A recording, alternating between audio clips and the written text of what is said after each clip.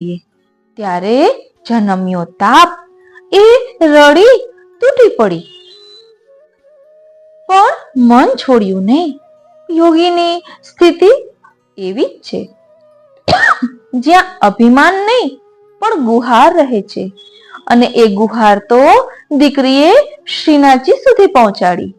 અને આખરે નાથદ્વારામાં ત્રીજી વાર શ્રીજી બાવાએ કૃપા કરી.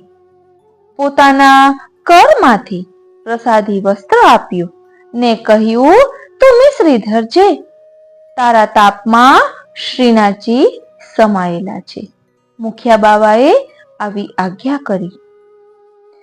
આ યોગીની એકાદશી એ તત્વ માત્ર પઠન માટે નહીં પરંતુ જીવવા માટે છે.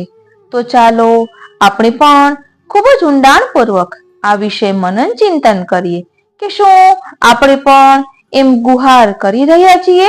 શું આપણામાં પણ તાપ ભાવ રહેલો છે? તો જરૂરથી શ્રીનાથજી પ્રકટશે. જો હા, તો આજની યોગીની એકાદશી આપના માટે જ છે કે જેનું દરેક આત્મા પોકારી રહ્યું છે કે મારે શ્રીનાથજી જોઈએ છે, મારે શ્રીનાથજી જોઈએ છે, મારે શ્રીનાથજી જોઈએ છે.